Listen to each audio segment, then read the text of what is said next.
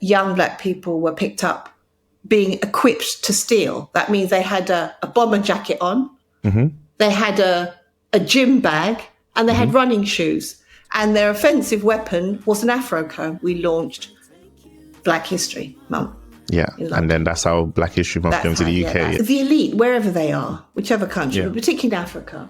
My motto is you are given more because you're supposed to give more. If you don't infuse in them this sense of service leadership, they become spoiled and privileged and entitled and ultimately not of use to the country's development.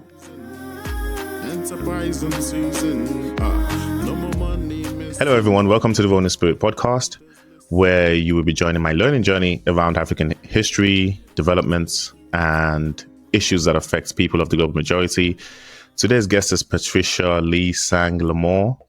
Now, Patricia Lee Sang Lamour MBE was part of the pioneering team that helped bring Black History Month to the UK in 1986. She co-founded the Pan-African Women's Liberation Organization in Germany and set up a Sankofa school there in 1992. She helped organize the first Women's Pan-African Congress in Uganda in 1994 and became the head of the top international school and college in Gambia in 2002. In 2010, she founded Aspire Education Group, a global leader in education and workforce development, responsible for prestigious initiatives like the Future Ed Awards, an award that celebrates Black excellence in education. And most impressive of all, she did this all with 5 children constantly by her side whilst being a 2-time cancer survivor. So welcome to the podcast, Patricia. It's great to have you. Hello. Or should I say Auntie Pat? Because obviously I know you as Auntie Pat. It's great to have you. Thank you. Thank you for having me, Hamid. Yes, amazing. So I want to begin this by talking about your journey, because obviously you've done a lot of amazing things over your time. And I want to start with where it started from the very beginning. I want to start with, first of all, if you can explain how you got into this space and what you were doing and what was the catalyst that led you into the space that you are currently in? I think the main thing, growing up, the eldest of 8 children, and seeing my parents come here as a part of the Windrush generation from Jamaica and setting up business, I was very aware of what was happening in the world. So it wasn't just the family, I was involved, as were my other brothers and sisters, in helping with developing the business. But I think the main thing that really triggered me to become more conscious of being Black and needing to promote Black rights was what happened to my brother, my second brother. He was picked up by the police. He was actually walking up and down Oxford Street with my uncle who'd come over from Hong Kong. Okay. He was showing him the sights, and he was with his friend. And the police picked him up on a charge that we'd never even heard of. It was called sus. And sus, it means being a suspected person. So as in suspicious? Yes, suspicious. And this is I think it was a vagrancy law going back something like 1894, something like that, in the 1800s, following the Napoleonic Wars, when people came back from war and were obviously homeless, penniless, begging on the streets. It was a law that the police then used to clear out the streets. And here we have sus in the late 1970s actually being used by the police. It was clear it was targeting young Black boys. Okay. And this is how they were being put away for up to 3 months in jail. Really? For being a suspected person. So in other words, the police didn't have to prove they'd stolen anything. And there had to be nobody who actually called the police to say, they're trying to steal something from me. They could just pick them up and say they look suspicious. We saw them dipping in and out of women's handbags, or we saw them, furtively moving around there, and they would be sent down. And this was the beginning of criminalization of young people in this country. So I'm just trying to understand. So when you say picked up by the police, you just meant like the police showed up randomly, said, we're picking you up on sus, and took him to jail. That's it? Yes. Interesting. No, shocking. Wow. It's not interesting, it's shocking. Yeah. There was even a thing where young black people were picked up being equipped to steal. That means they had a bomber jacket on, they had a gym bag, and they had running shoes. And their offensive weapon was an Afro comb. I see. Wow. So all that was actually part of the targeting of young black boys in particular, end of 70s. And so when that happened? That happened in 1976 to my brother around that time. And it just was a wake-up call for me because my mother went to Jamaican embassy, got a lawyer, got my brother off. But then, of course, with that, and I started to look into that, I thought, how could that be? And at the time, I'd finished, I can't remember if I'd finished university, but I did volunteer work for the Martin Luther King Foundation that was here in the UK. And I actually went and worked with someone who was working on the whole sus law. She later became Minister of International Development in this country. But I followed her and, she went to all the courts and she just listened to all the evidence of the police. And it was the same. I saw suspect X dipping into and out of women's handbags for how many minutes. And as a result, these boys were sent down for just under 3 months. I see. So this made me change my mind. I'd wanted to do medicine. Okay. I'd wanted to become a doctor. I didn't get into medical school. I think there was also discrimination there. I remember in my interview for medical school, I was asked why I didn't want to be a nurse. So here I am, with the right qualifications for becoming a doctor. And I'm at an interview at, I think it was St. George's, asking, why don't I want to be a nurse? I'm not sure whether other white females or males would have been asked that question.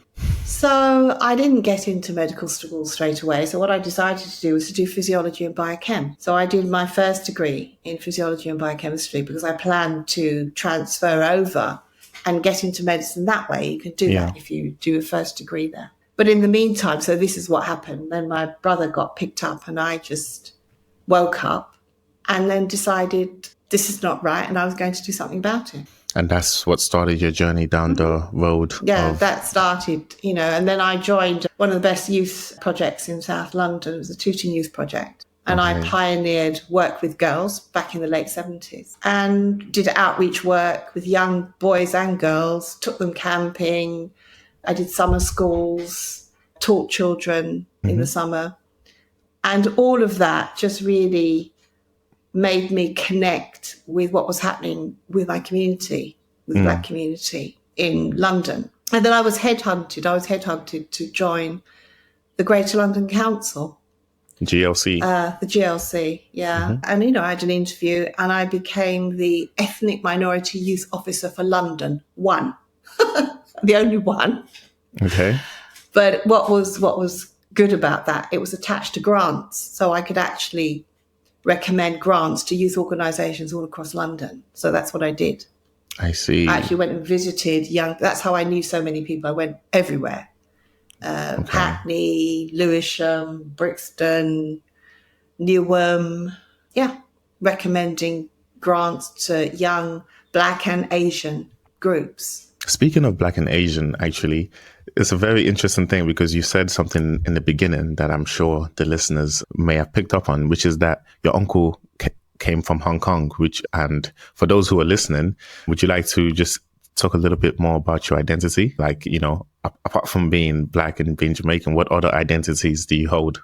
Yeah, I'm Jamaican, but both my grandfathers were Chinese. And so one of the things, I don't know if they still do it now, but in my father's time, when you're away from home, which would be from China, you're supposed to send your first son back home to grow up there, if you have many children.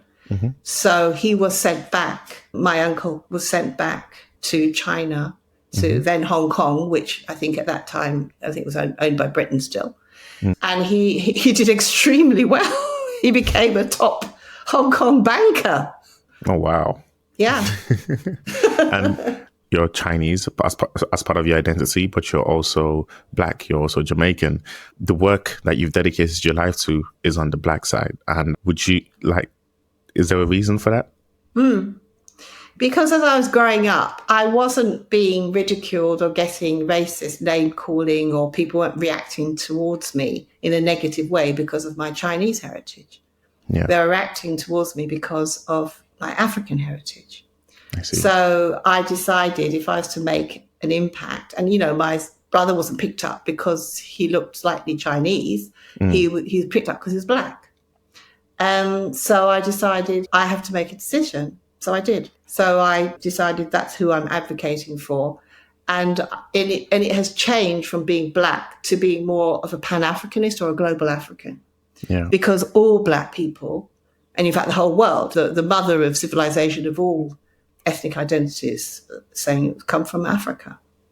So yes, I made the change when I lived in Germany and was connecting with African students from all over the continent. When you lived in Germany.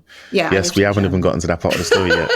Yeah. You went from being in the GLC to eventually living in Germany. But before you left the GLC, you did something very important, didn't you?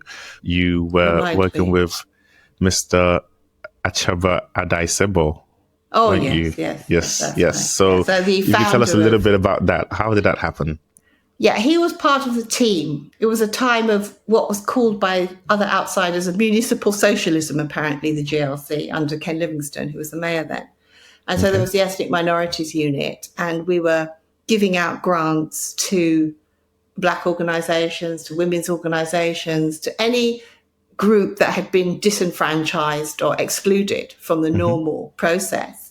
And so it was a time when everybody and everybody came down to the GLC. And we had a migrants and refugee team. And Adai was an African migrant, but he was also very Pan-Africanist. And so when he came up with the idea, it was his idea, about... and what is this idea, actually? Because we haven't mentioned it yet. So the idea first was celebrating the 25th anniversary of the OAU. This is the founder of the OAU is Organisation for African Unity. Okay. This was a precursor organisation before the AU, before the African Union. Okay. So it was 25 years celebration, and also 25 years of Marcus Garvey anniversary. So we did that, and we did a series of African historical lectures at the Institute of Education. We had Dr. John Henry Clark, we had Ivan van Sertima, we had Francis Cresswell-Singh, we had a series of prominent, mainly African-American, but obviously Ivan van Sertima is I think he was from Cameroon or French-speaking Africa. Yeah, who shared their wisdom and their knowledge about African history. At this point, what was that celebration called? Initially, it was called the OAU and 25th year celebration for Marcus Garvey. And then it morphed into, we launched Black History Month. Yeah. And then that's how Black History Month came to the UK, that's how it started. Yeah. And it was in an October rather than February, as in America. So first of all, I'm talking to part of legend. This is history in the making. You were part of the team that helped make it history, even though it was Adai's idea, and Adai led everything. The fact that you're still a part of it is... But he got all the support from the various, Ansel Wong and other leading people who were in the GLC at the time. But it was a lot of action. It was exciting at that time. Stressful, but very exciting, Making changes. How did that feel? Like, did you feel like you were part of history at that time when you were doing all of this? It was everything we did was put on the media, the Evening Standard, because they were against all what was being done there. Okay. So it was you had to double check everything you did because the lawyers would look at it and everything, if there's any backlash. But the GLC was abolished. The GLC was abolished through Margaret Thatcher coming into power. All the major metropolitan areas for Manchester, for London, I know those two, they were abolished. And as a result, because these places were Labour strongholds. And as a result, everything that belonged to the GLC also got devolved. And so we had a small body that was left, that was taken over by 11 councils in London. they formed together, it must be a budget to keep a unit. And I was still part of that unit. And then I was designated as Deputy Principal Race Relations Advisor for London. So that's what then happened there. But then I decided it was time to leave the country. I see. Okay. Wow. All right. Before we get into you deciding to leave the country, I just wanted to check in with Samara. Samara, did you have any questions or anything that you wanted to ask her? Yes. Firstly, I just wanted to say I learned a lot about you, Patricia. And it was just really nice to hear about how life unfolded from becoming an aspiring medic to what you achieve now. Just putting on my critical lens a little bit, I know there's difference of opinions around Black History Month. And I was just wondering, are you familiar with the critiques and what are your responses to some of them where people argue that it should be all year round or, yeah. It should. Yeah? It should. It should be. I have no problem. You see, at the end of the day, it's like when you launch something, you start somewhere. And it became a focal point. But given the history of who we are and where we're coming from and, encapsulates so many global majority peoples, to squash it all into a month is a bit mad, isn't it, really? So, but it is about being inclusive and accurate throughout the year. No, that sounds really good. Okay. I have similar opinions about the South Asian Heritage Month as well. Depends on how we're using the month and how does that continue throughout the year. So, yeah, thank you. You see, many young people, even though they were born here, because they were never really accepted as British, and they were called West Indian, and, there was this whole travesty of many children when they came here being put into educationally subnormal schools. There was a recent BBC, I think it was on the BBC, recent documentary done by a Black producer about this whole thing. So many young people trying to find their identity, they went back and continued patois, their way of being, their way of style, and would claim that they were Jamaican. In fact, many African children from different parts of Africa, remembering there's at least 54 countries, because there was racism there in terms of looking down on people from Africa, which also some people from the Caribbean, even though we're Black as well, were using that. We've inherited that and involved that. They would try to pretend that they were Jamaican rather than they were from Nigeria or from Uganda Gambia. or Cameroon. So this is it. So, and when you even look at the literature, we're still talking about African, Caribbean. In fact, the British 3-4 generations here. Yeah. They haven't known anywhere else. Interesting. So you were born and bred in Britain, and then you did this amazing thing with the GLC. It was after the GLC got abolished that you decided to leave and go to Germany. Yeah, by which time I had already had my first child, and I was pregnant with my second child, and then I followed my late husband, who was from Haiti, who was still studying. He was doing his master's and his doctorate in Germany. So I actually followed him to Germany. I see. So that's why you moved to Germany. That's right. Love. Yes, love. And which is, and that's another thing as well. Him being from Haiti, like, did he grow up there or was he also like you, like Black British? No. He was born there. He was born there. Born there and grew up there, and only came to Europe when he was doing his studying. Oh, I see. Okay. And then you were in Germany. And then whilst you were in Germany, you did some pretty interesting things there too. You continued your activism. I mentioned some of that in the intro, but would you like to share just a quick overview of what life was like in Germany at that time? My late husband had set up the Afro-Kultur Forum, so African Culture Forum, because he recognized that many African students in Germany, there was racism,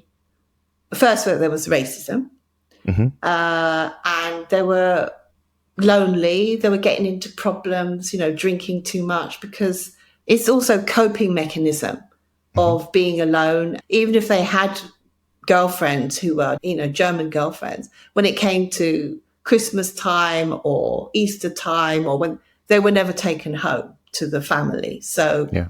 they were kind of left. So it started off by actually organising parties where, they could be themselves, and this to reduce the drinking, because you were in a safe space, you could enjoy yourself. So that's how it started. So he started that, and then I got involved. And then we started to run seminars for our African students, looking at development issues, because many African students who are sent abroad will go back home and occupy leading positions in the government, or mainly in the government rather than in business. And so what we wanted to do was to get at the mindset of these African students, to make them understand how the terms of trade were not in favour of African countries, and that they were falling into a debt trap. And so it's not just corruption of the leadership, but it's just the whole way of terms of trade and ways of doing things, that if you just learn a Western-centric way, you're not looking about how you can develop your country in your image and for the benefit of your people. Yes. You were running these seminars, in Germany. Yes. And you weren't a student at that time, right? No. Okay, but you were still running. But my late husband was a student. He was a PhD student. So we set up this Africa. So we would run these seminars once a month. We do and then have parties afterwards. But we really were engaging. So we had people from Cameroon, from Nigeria, from Eritrea, from all different parts of Africa, and it was really interesting over the years to get. And that's how I had a much more deeper understanding of how things were happening on the continent from through those seminars. Perspective from what the students were sharing and how they would explain things. I had people from Uganda, from Chad, and that's how I still know people 40 years later. Okay. And that's actually, I didn't know that about, you didn't mention that when we had our precursor conversation, that you were running seminars at a university in Germany. Do you know what university was this? THK, the University of Karlsruhe, the technical school for engineering. So we would, rent rooms, because as a student, you can do these things. You can organise parties, you can do that. So we would do development seminars to really to get students to really understand the importance of their role, that they needed as they say in German, an Auseinandersetzung, to really critically evaluate what they're learning and what difference they could make. And be critical of the whole economic development paradigm. I love that. That's actually pretty cool, because that's kind of what I wanted to do. That's what I'm trying to do with this podcast. I'm trying to provide information in a way that can allow people to think critically and then see how they can make changes to either themselves internally or to their society or community in some sort of positive way. And I think it was actually you that told me that that's the Sankofa way of doing things. That's right. Looking at history and seeing what we can learn from that to make things better. In the future. And sorry, what did you say? In the future. So Sana, Ko, and Fa. So the symbol is a bird with its beak going back to its tail. So it means you go back and you take something important. But the point is that you do that for the future. So it's a bit like when you look back into history to know more who you are or where you come from, so that you can understand your place in the global world, rather than whatever narrative has been pushed on you by someone else because it suited their paradigm. You see, we need to be able to tell our own stories, which says, the good, the bad, and the ugly, so we can understand where we are. Amazing. And Sankofa is, what language is that? Akan. From Ghana. So it's from Ghana, yes. Yes, I figured as much. And the Shanti people. And you started a Sankofa school in Germany. Was that separate from the seminar thing you were doing? Or? Yes. Okay, how did you have time to do all of this? Didn't you say you were pregnant? Oh, don't even ask. Mainly it was for my own children, because I was having, I perhaps when I first started, I must have had about 2 or 3 by that time. And how long did you live in Germany for in total? 14 years. Wow. Okay.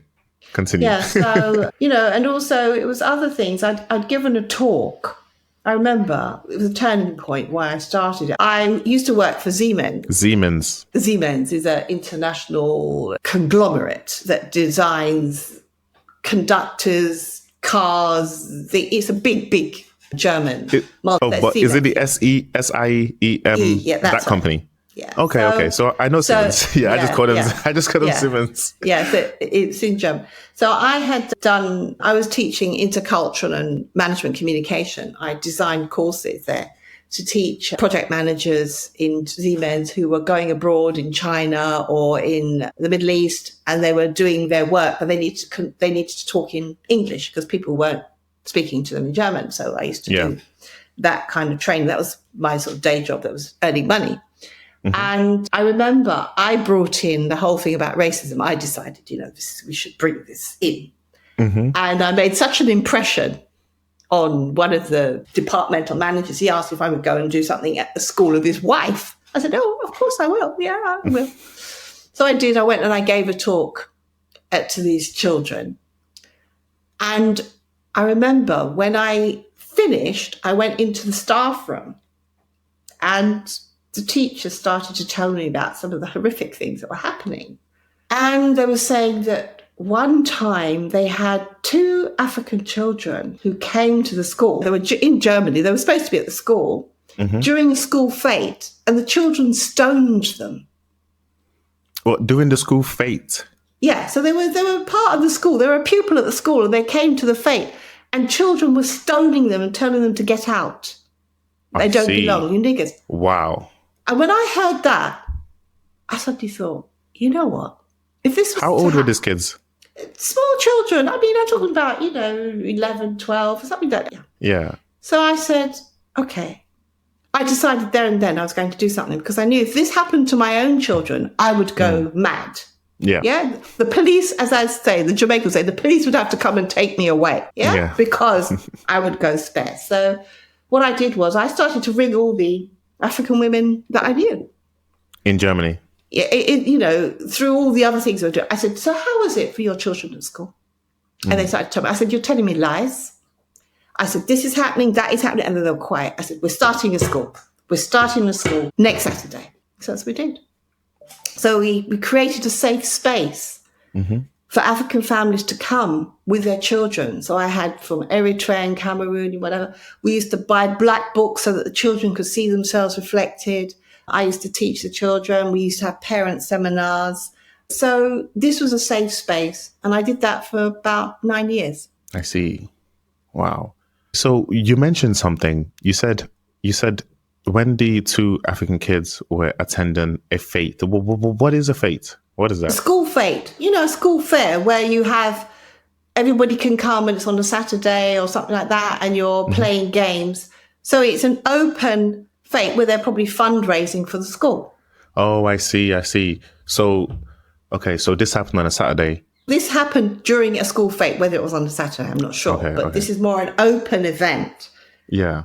And in fact, I knew the father of these children. I see. I mean, I remember visiting this guy at his home.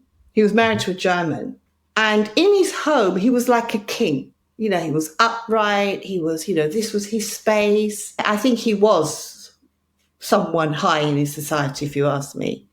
Because I could see how when he acted with some other African students, they would do running, go and fetch. So I thought, oh, he must be somebody quite important.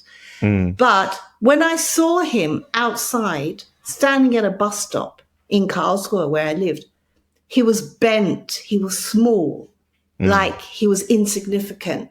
And that's the impact of this sort of toxic culture where you're not belong and you don't fit. Yeah. It physically impacts you. So I didn't want that to happen to my children. Wow.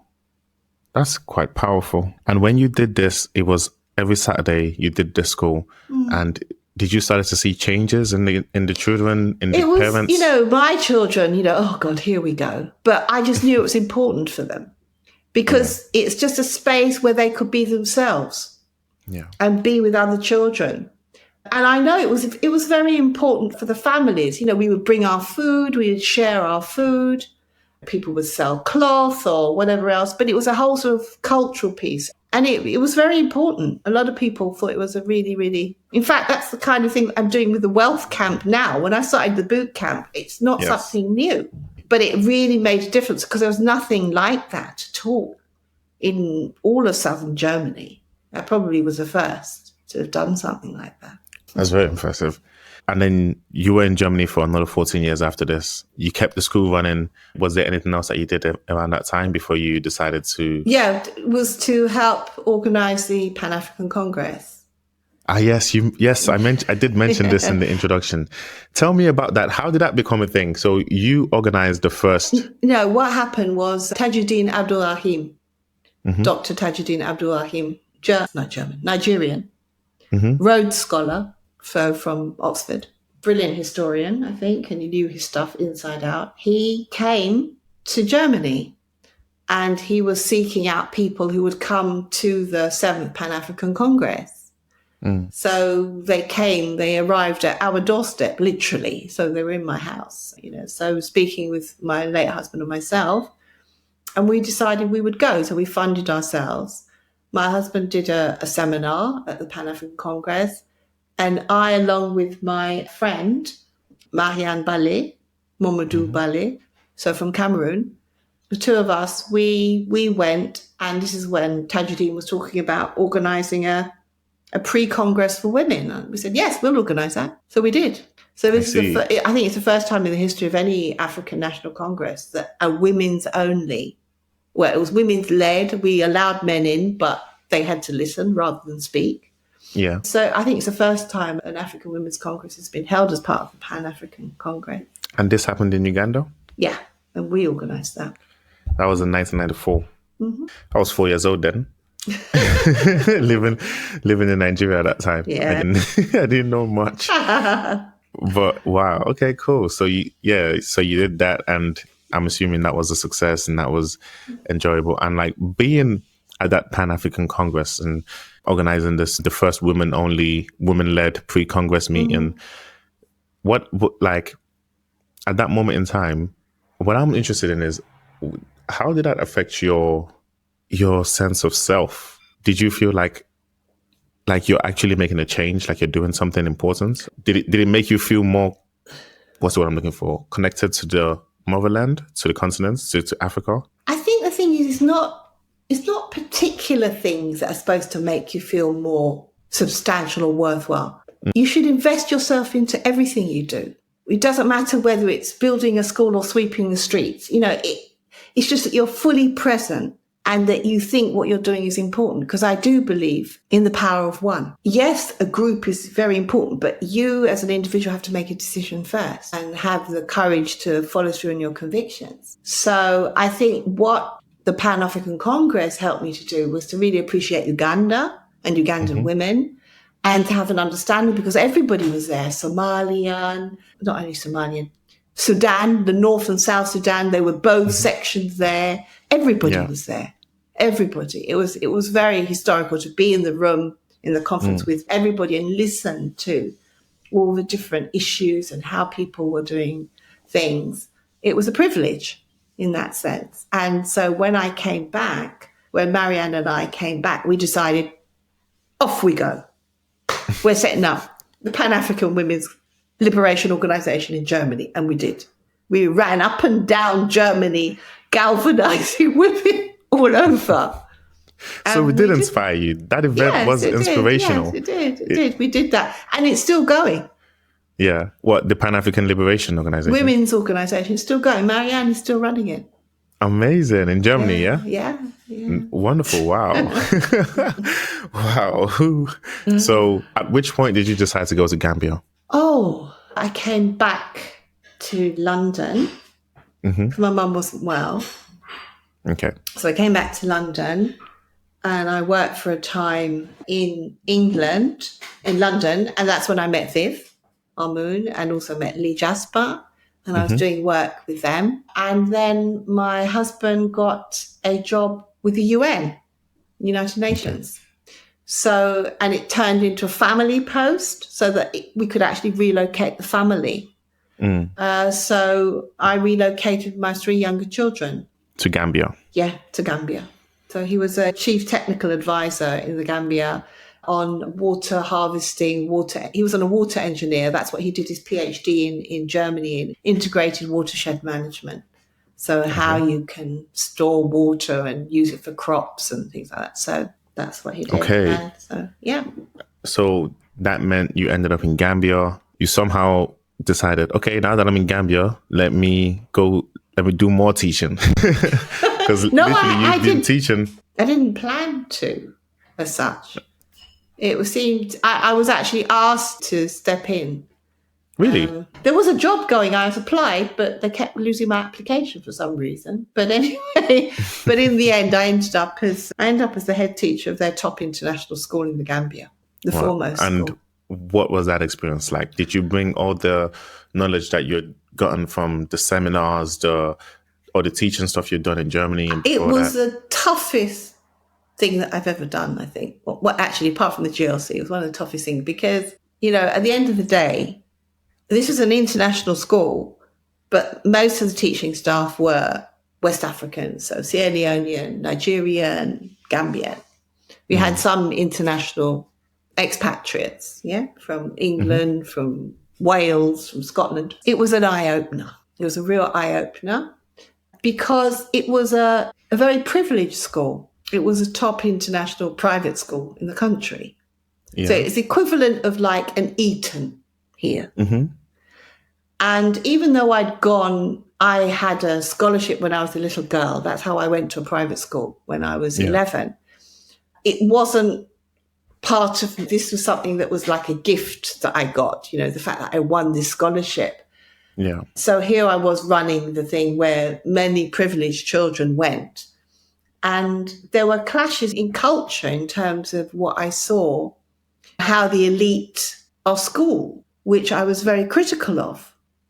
Yeah, what do you mean by that? Can you give an example? Because for me, the elite, wherever they are, whichever country, but particularly in Africa, my motto is you are given more because you're supposed to give, not supposed to just keep it for yourself and spend it and aggrandize yourself and, you get more to give more back. Yeah. So if you don't teach the children who are in these elite privileged places where their pocket money is more than the teacher's salary, if you don't infuse in them this sense of service leadership, they become spoiled and privileged and entitled and ultimately not of use to the country's development. Because they've been schooled to think, I'm supposed to be here, I'm supposed to just do this all for myself, and I owe nothing to the fact that the rest of my people are poor. It's nothing to do with me. They're just my maids and my gardeners and my drivers and my whatever. So for me, I think this is fundamentally not correct. Okay. So I came with that mindset into this very privileged position. So I was sort of having to fight with myself in terms of, this is not how you should treat people. This is not how you should treat people.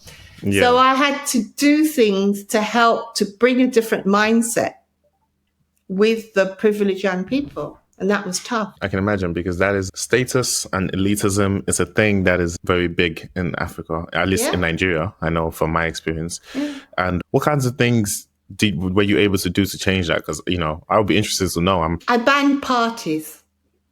You banned parties in the school?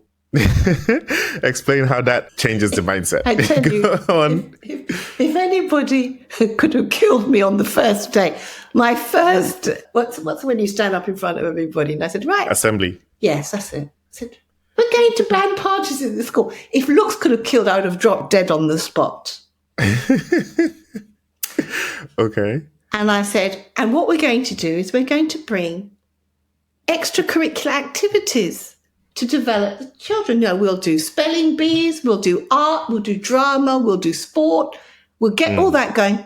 And I said, and once that's all going, we'll bring back parties. What were they partying for in the first place? Like, what was the parties for? It's about privilege. It's just to show we got money and we want to spend it. Exactly, Were the teachers involved in these parties? No. I'm not against partying. If anybody will tell you, I love parties. Yeah, I love to dance. Yeah. Mm-hmm. So, but I wanted something else in place before we just did parties. And so once we got all those things in place, I said, okay. So we set up a student council. I made sure everybody voted for people. And I said, right, now you'll come, let's organize this together. So everything was done more ethically. Yes. And properly. And I remember some of the students saying, Mrs. Lamour, no one's ever showed us this. I said, I know. And how do you think when you grow up and you take a position of power, people become corrupt? It doesn't happen overnight. I said, it happens from when you're at school. How old were these kids? 16, 17. Okay, so they were like teenagers. Yeah. So if you teach the right way of doing things, or a correct way, I'm not saying there's only one way, but, they were in position. I said, look, I've got to account for the money like this, so you have to account for the money. So you don't take 10 tickets, sell 5, put 5 in your pocket and give me 5. I said, no, I expect money for 10. So it's that kind of rigor. That means there's less things for wriggle room. And, I think it was just a way. And obviously some people were most upset because, their lucrative way of making money went out the window. But for others, it was a way of how you can do things more responsibly. And how long did you do this? How long did you lead this school? I was the chair of the education committee for a year, and then I actually ran the school for 2 years. And another thing that I did was I took the young people next door. Because next door, what do you mean by next door? We had a school wall which had a next door state school where there were 2,000 children in there and something like 3 toilets. Exactly. What? Exactly. We're right next door to a school that didn't have, 80% of what our school had. And I said to the children, have you ever been to the school next door? No. I said, we're going. Follow me. That's dope. I like that. So I just took the 6th form. I said, let's go. Off we go.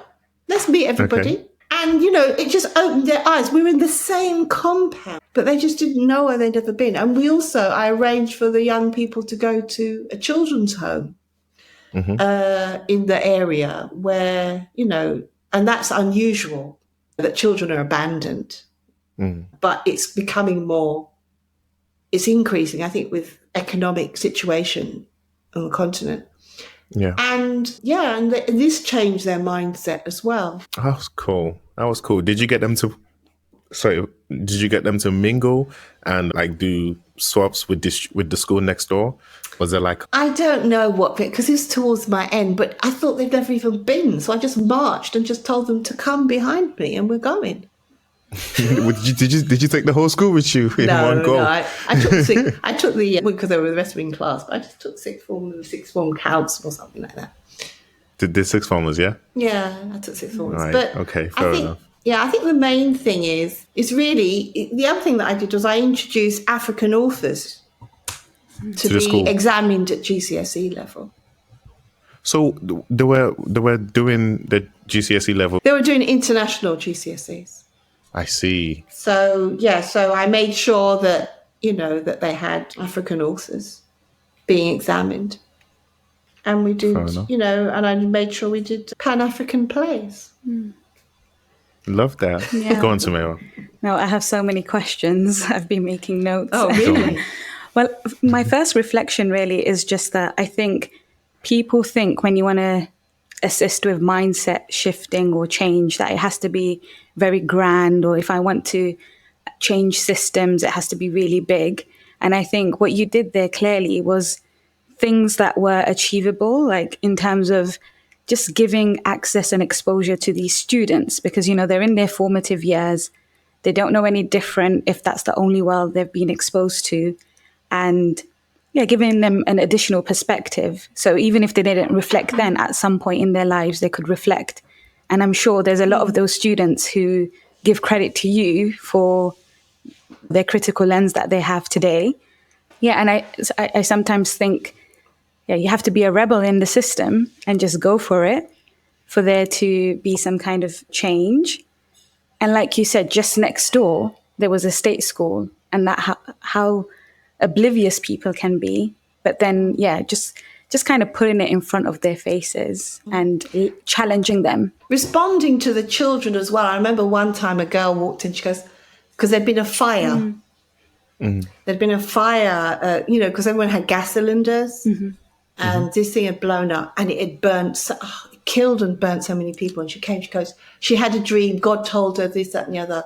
I want to collect this, that, and the other. I said, yes, absolutely. And so we just gathered, and then we went to see them. So she had a dream that she needed to help those who had been in this fire. That's right. In the Gambia. That's right. And you were just like, yeah, let's go do it. That's right. As a school. That's right. Absolutely. Amazing. Yeah, that's what you can do. And, just when it feels right, the children are showing empathy, compassion, and you learn things, because we can't always be saviors. Many of the times we're doing it for ourselves. We're not doing it for the other person. Yeah. That's very true. But there was something inside of her that she wanted. And I told them, we got to listen. Let's phone the doctors and see what they need, what kind of foods they need that will help to build back skin. Because that is a killer. Because our skin is one of our main organs. And if we lose so much of it, we'll die because of our immune system is compromised. More eggs, more milk and things like that. And I had to counsel the children before they went in to see these people so disfigured and everything. But it was a way of pulling together and donating and showing community concern. Yeah, it was good. That's showing them incredible. proactively, this is what you can do, and That's how they right. can mirror that in their future and their positions of power as well. And I love that you also introduced literature that was more connected to African literature, because it's taken us, the Black Lives Matter movement, to, I say, you can't see me, but in quotations, what we call decolonizing education. I feel like people have been doing that for quite some time, like trying to introduce non-Western ways of learning and knowledge as well. So just wanted to acknowledge that happening way before. I mean, yeah, it has. I mean, at the Pan-African Congress, I was in the workshop from Ngugi wa Thiong'o. Now, Ngugi wa Thiong'o is a famous author from Kenya who refuses to write in English. He writes in Gikuyu. And therefore you have to translate it from Gikuyu, because how can it be that you write something that the majority of your people cannot read? And that's to do with colonialization and of the imposition of the English language. And of course, if most people are not literate in the language in which your constitution is written, that is denial of their human rights, because you can't enforce something you don't even know exists because you can't read it. It is really important. I understood that, and I was very moved by things like that. And there was a point when I just read only African literature, and at one point I could pick it up and know, oh, this is East, this is South, this is West, because I just got the feel. So I learned a lot. I'm learning a lot from listening to you. Yeah, please go ahead, Hamid. No problem. But before we finish, I wanted to talk about what you did after Gambia, which is to come back to the UK. You founded Aspire Education Group, creating amazing initiatives like the Future Ed Awards. So yeah, I wanted you to tell us a little bit more about that. Like, what's the dream for Aspire Education Group? What does it do? What does it achieve? I know it's helping the continent. I know it's helping Black people and just people of the global majority in general. So yeah, I just wanted you to share a little bit about that. Well, how our Aspire Education Group actually started, co-founded with Viv Armoon. And this was a time when a lot of young people, there was a lot of the so-called gangs work. This is a time of I'm sure it hasn't abated yet, but a lot of London was a murder capital for Black young people. What year was this? 2011. Was it, or 12 Okay. I started. Okay. But for some time, so-called black on black crime. And Viv was involved with many sort of youth workers and working with serious youth violence. It had just been after the riots, the uprisings, or the riots as they're called, in 2011, where London burned, St Paul's, Bristol burned, Manchester, everywhere. I remember those because I was alive then. Yeah, you were young and cognizant. So Aspire, we started off actually teaching young people who were trying to exit gangs. Yeah. So this is where I realized that, you know what? Young people who are involved in some form of criminal activity are usually very clever. Entrepreneurial. Yeah, you have to be. I mean, in that sense, in order to be doing something wrong and get away with it, you have to know what is right and what is wrong and find the way around it. So you're double, triple thinking all the time. Yeah, so you're very quick. Yes, it's a stress. Not that I know, but it's stress. But it's stressful. So I thought, okay, so this is how these young people are. So if we're going to offer them something, we've got to offer them something that's meaningful. So at that time, the money that was given to work with such young people, you were supposed to give them, especially if they didn't have any qualifications, you were supposed to give them functional skills, how to get into a cab or order stuff in a restaurant, functional things that will make you functional. It's a bit like when you learn another language like French or German or something. You learn what you do when you go to a train station, what you do when you go to a restaurant. Yeah. And I said, that's rubbish. I said, you can't be teaching these young people. If you're going to give them something, you've got to give them something that is meaningful, that if they get it, it can help them to get a livelihood. I said, we've got to teach them GCSEs. Everyone told me there's no money for that. I said, well, I don't care. I said, I don't care. This is what they need. This is not what money's. I said, we're going to teach them GCSEs. That's it. Finish. And so that's how we started Aspire Prep. We actually broke down the exams and taught these young men. They were mainly young men. There was one young woman who was a gang leader. I think it was one of the most intelligent I come across.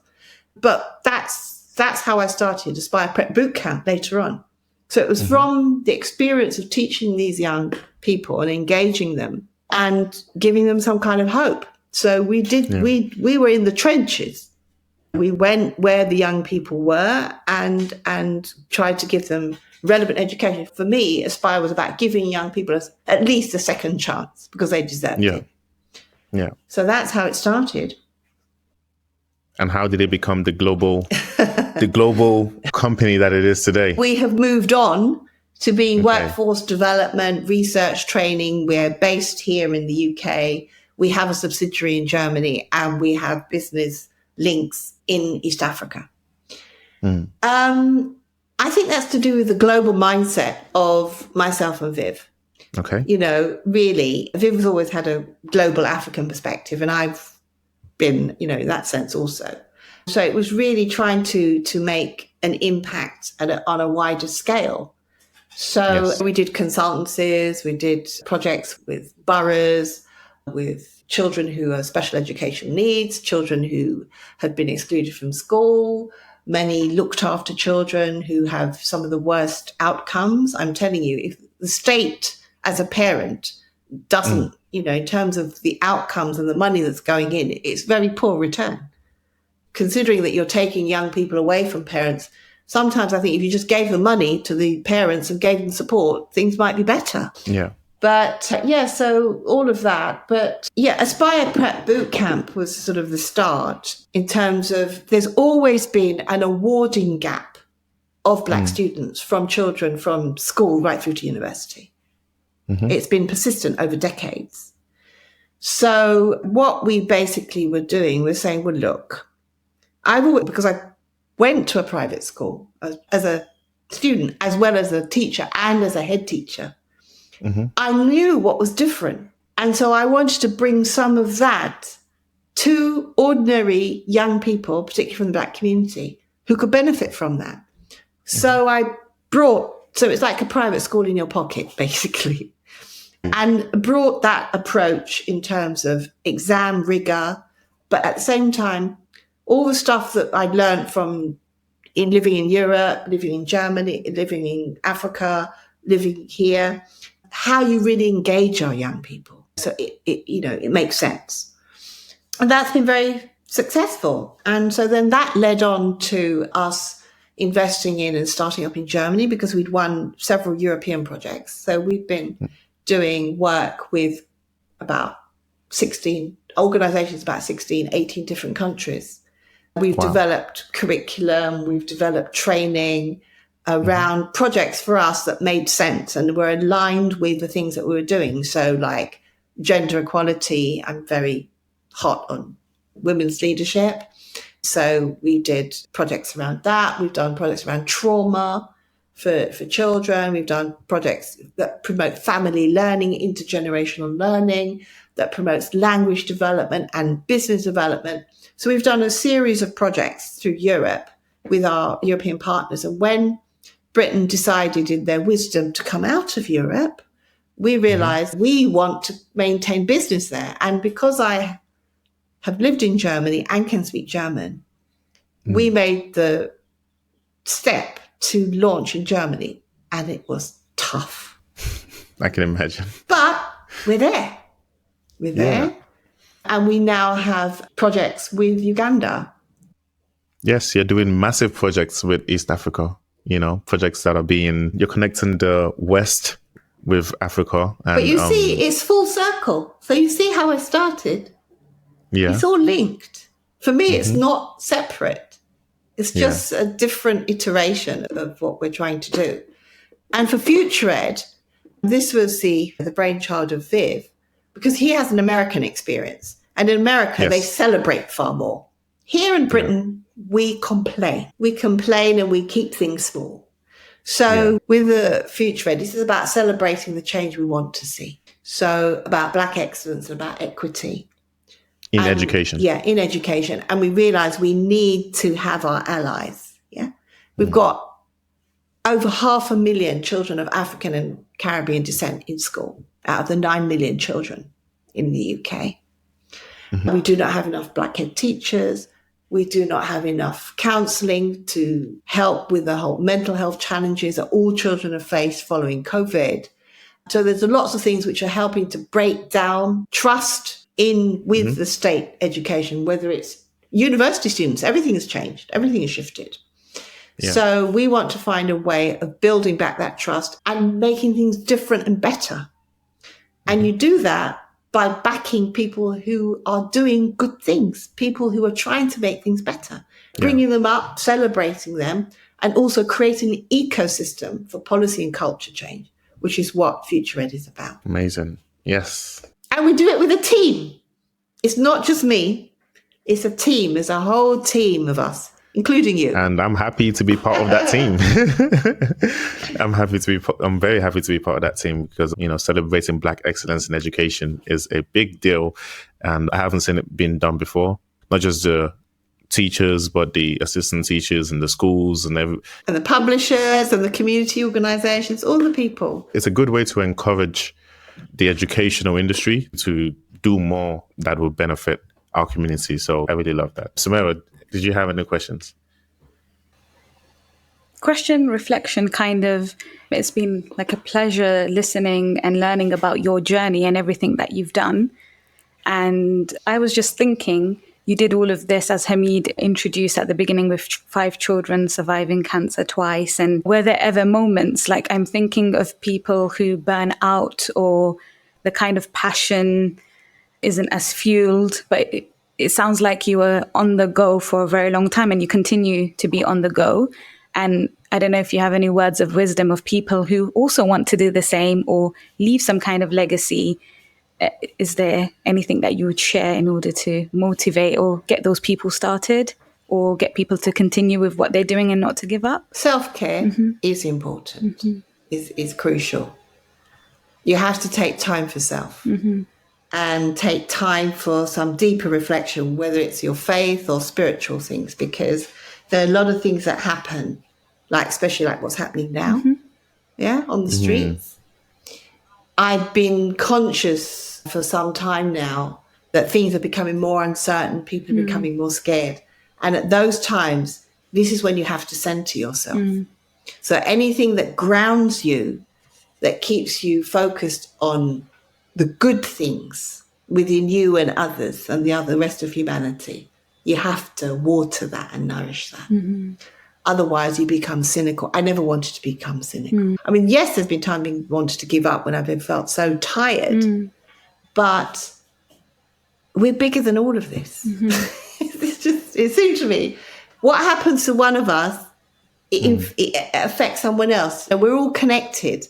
So if someone is doing something over there, it's impacting them. We're not alone. Whatever we're doing, we're not alone. Always reach out and find someone to help. And learn to say no. Learn to say no, Because especially when you're overdoing, you're a workaholic, let's own it, yeah? When you're a workaholic and you're trying to find substance things through what you do, ultimately the essence of who you are is far more important than what you do or what you have. Yeah. You try and find that essence of who you really are and then just go with your heart and your passion. I really like that.